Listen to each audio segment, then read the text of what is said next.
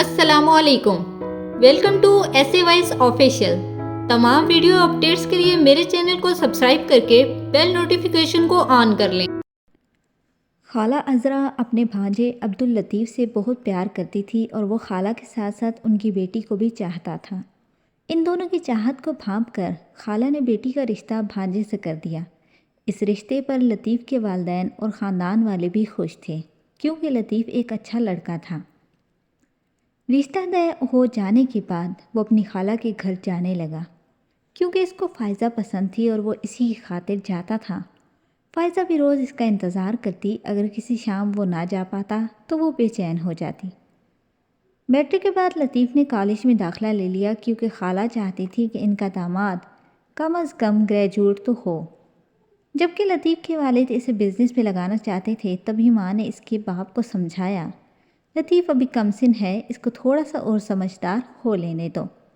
College کی تعلیم مکمل کر لینے سے ہی اس کا ذہن کھلے گا اور یہ کاروباری معاملات کو اچھی طرح سمجھ سکے گا۔ لطیف کا معمول تھا کہ وہ کالج سے سیدھا خالہ کے گھر بھی چلا جاتا تھا کیونکہ خالہ کا گھر اس کے کالج کے راستے میں پڑتا تھا۔ خالہ بھی گویا اس کا انتظار کرتی رہتی تھی، اس کے آتے ہی کھانا لگا کر پھر سب کھانا کھاتے، کچھ دیر بیٹھ کر وہ گھر چلا جاتا۔ لطیف کا خالو رجب نیک چلن آدمی نہ تھا، وہ محلے میں خاصا بدنام تھا۔ اس کی حرکتوں کی وجہ سے محلے دار اس کی عزت نہیں کرتے تھے کہ وہ اس کی عادتوں سے واقف تھے۔ رجب کی میلی نظریں ہمہ وقت دوسروں کی بیٹیوں پر رہتی تھی، وہ ایک عیاش طبع انسان تھا۔ مگر خالہ چونکہ بہت نیک اور اچھی شخصیت کی مالک تھی، اسی سبب محلے دار رجب کو کچھ نہیں کہتے تھے۔ زیادہ تر گھر سے باہر رہتا تھا، اس کی سرگرمیاں اور وضع کی تھیں۔ اس شخص کو اپنے گھر کے معاملات کا کچھ ہوش نہ تھا کہ اس کے گھر والے سبھی اچھے تھے، وہ بھی ان کے طفیل یہاں رہ رہا تھا، ورنہ اس قسم کے انسان کا شریفوں کے درمیان رہنا دو بھر ہو جاتا ہے۔ وہ رات کو دیر سے گھر آتا جس سے ہمسایوں کا سکون خراب ہو جاتا تھا۔ جوئے اور شراب کے ساتھ ساتھ اسے غلط جگہوں پر جانے کی بھی لت تھی۔ خاندان کے سبھی لوگ رجب کی ان عادات سے نالاں تھے، کوئی اس کے منہ نہیں لگتا تھا کیونکہ اس کی نیک اولاد اور شریک حیات اچھی تھی۔ رجب کا بیٹا سعودیہ عرب کمانے گیا ہوا تھا، وہ اچھی خاصی رقم گھر بھجواتا تھا جس سے ان کے گھر کا گزارا بآسانی ہو جاتا تھا، اور اسی رقم سے رجب بھی کبھی کبھی عیش کر لیتا تھا، ورنہ اس کی اپنی آمدنی بھی اچھی خاصی تھی۔ لیکن کمائی کے ذرائع درست نہ تھے، یہ ساری کمائی وہ اپنے اوپر ہی خرچ کرتا تھا۔ وہ اچھا کھاتا، شاندار لباس پہنتا اور ہر وقت تیز قسم کی قیمتی پرفیوم لگائے رکھتا۔ جہاں سے گزرتا وہ جگہ کافی دیر تک مہکتی رہتی تھی۔ لطیف کو اپنے خالو سے نفرت محسوس ہوتی تھی، پھر بھی وہ ان کی عزت کرنے پہ مجبور تھا کیونکہ وہ فائزہ سے محبت کرتا تھا۔ وہ اپنی خالہ کو بھی ماں کی طرح سمجھتا اور ایک بیٹے جیسا پیار کرتا تھا۔ ایک دن لطیف اپنی خالہ کے پاس بیٹھا ہوا تھا، دوپہر کا وقت تھا کہ اچانک رجب گھر آ گیا۔ اس نے لطیف کو دیکھا تو کہنے لگا، میاں یہاں کیا سارا دن عورتوں میں بیٹھے رہتے ہو؟ تم کو کچھ اور کام نہیں ہے؟ کچھ کیا کرو، یوں گھر میں بیٹھنے سے کیا ہوتا ہے؟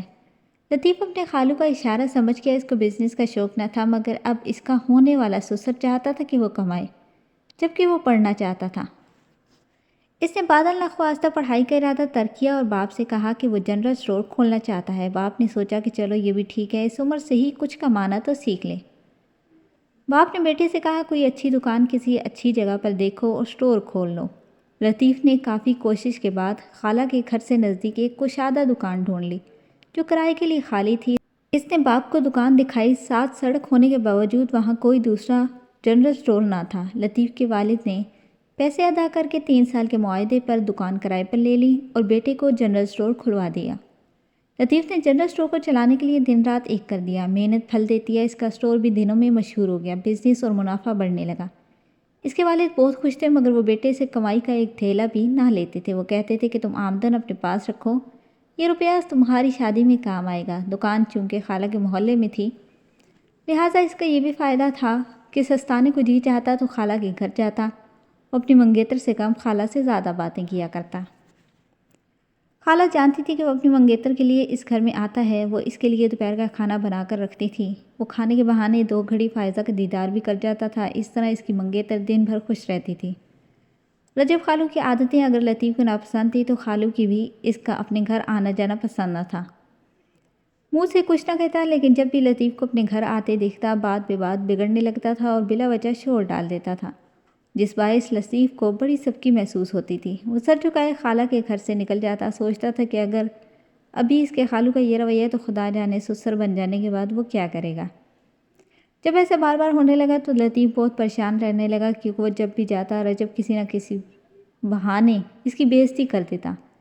حالانکہ لطیف منہ پر تو خالہ کا بہت ادب کرتا تھا، خالو کا بہت ادب کرتا تھا کہ کہیں اپنی بیٹی کی منگنی نہ توڑ دے۔ شاید خالو بھی اس کی مجبوری سمجھتا تھا، اس لیے ہونے والے داماد کی دل آزاری میں کوئی کسر نہ چھوڑتا۔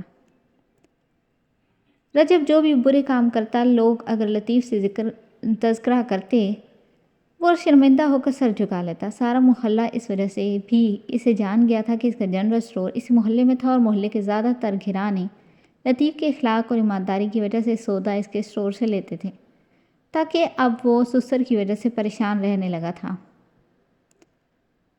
لطیف کے جنرل اسٹور کے برابر میں ایک ویڈیو اور DVD سینٹر تھا، جہاں سے لطیف فلموں کی کیسٹس لیا کرتا تھا۔ اس کاروبار کی آڑ میں کچھ نشہ آور اشیاء بھی خفیہ طور پر یہاں چند خاص قسم کے گاہکوں کو بیچی جاتی تھی۔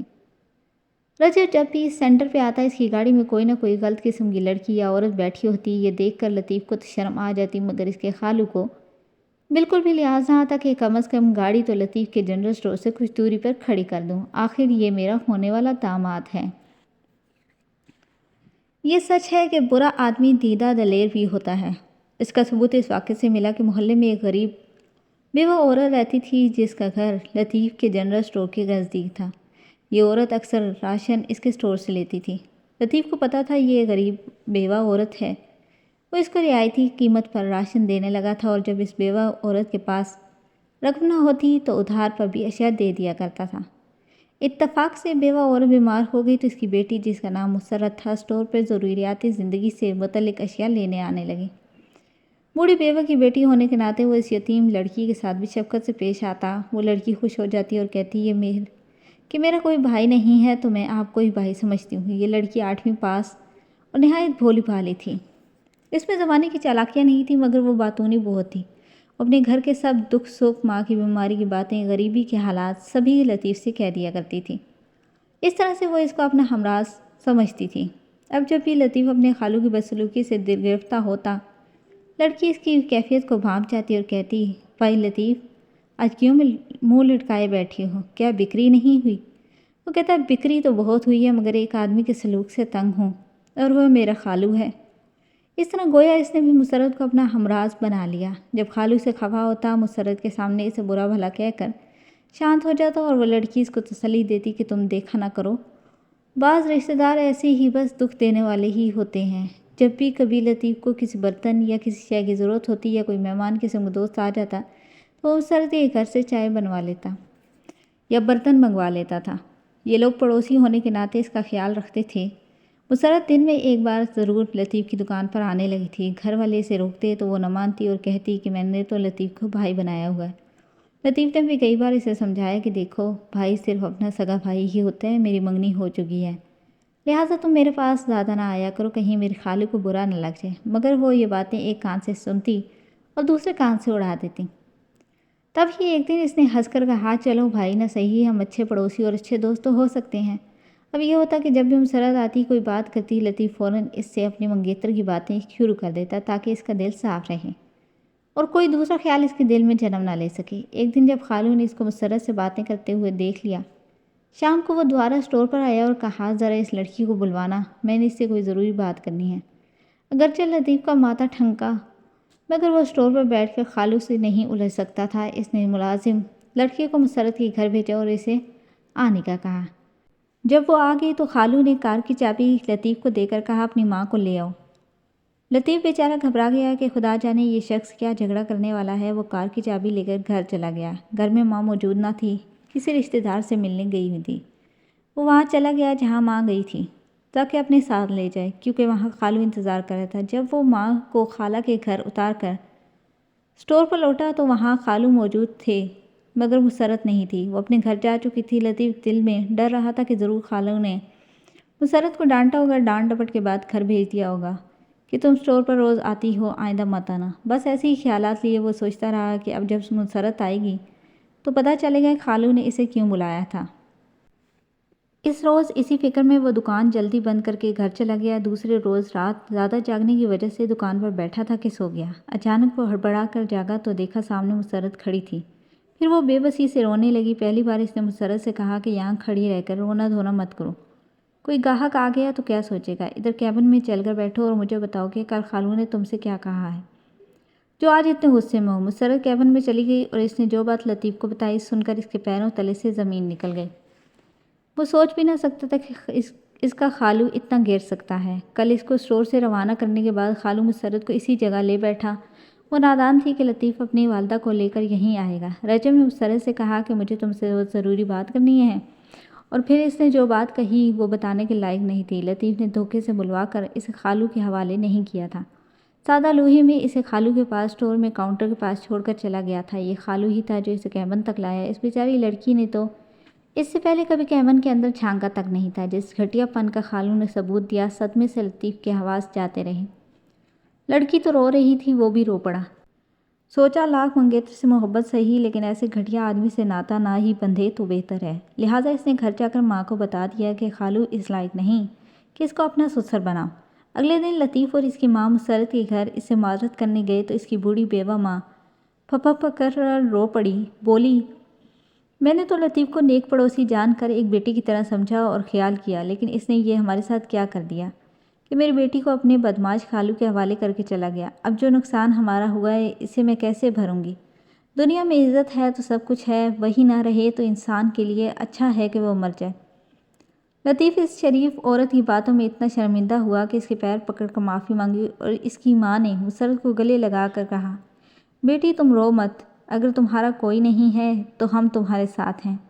تیرا دوپٹہ میرے بدمعاش بہنوئی نے کھینچا ہے تو میں اپنا دوپٹہ تیرے سر پر ڈالتی ہوں۔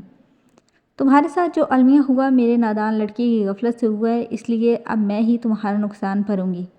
میں تم کو عزت دوں گی اور عزت سے بہو بنا کر اس گھر سے رخصت کر کے لے جاؤں گی۔ اس طرح آن واحد میں مسرت کی تقدیر بدلی اور وہ لطیف کی دلہن بن گئی۔ اس بات کا صدمہ فائزہ اور اس کی والدہ کو بہت ہوا، لیکن اب کیا ہو سکتا تھا؟ کبھی کبھی باپ کا کیا بیٹیوں کو کسی نہ کسی صورت بھگتنا پڑتا ہے۔